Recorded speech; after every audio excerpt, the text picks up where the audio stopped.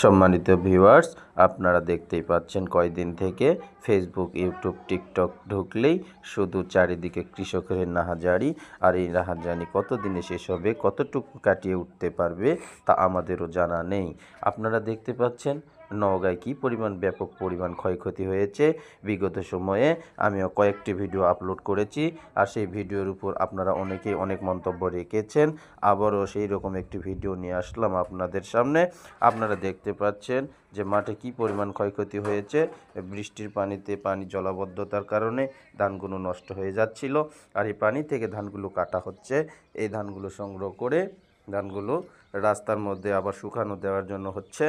আর আপনারা জানেন যে ঘূর্ণিঝড় মন্তাহার কারণে বাংলায় আমাদের নওগাঁয় ব্যাপক হারে ক্ষয়ক্ষতি। এ যেন এক মরার উপর খাড়া। কেন মরার উপর খাড়া সেটাও আপনাদের বলছি। দীর্ঘ 4 মাস পরিশ্রম করে যখন পরিশ্রমের ফল ঘরে ওঠার সময় হচ্ছে এই রকম সর্বনাশ। এ যেন নষ্ট হলো কৃষকের স্বপ্ন। আর আপনারা দেখতে পাচ্ছেন, আপনারা আরও অবগত রয়েছেন যে কৃষক কী পরিমাণ পরিশ্রম করে এই ফসল ফলায়। কীটনাশক সার প্রয়োগ করে তারা অনেকটাই লসের মধ্যে রয়েছে, যেখানে সারের দাম অনেকটাই বেশি। প্রশাসনিকভাবে আমরা অবশ্যই এটাকে আপনাদেরকে খেয়াল রাখতে বলবো।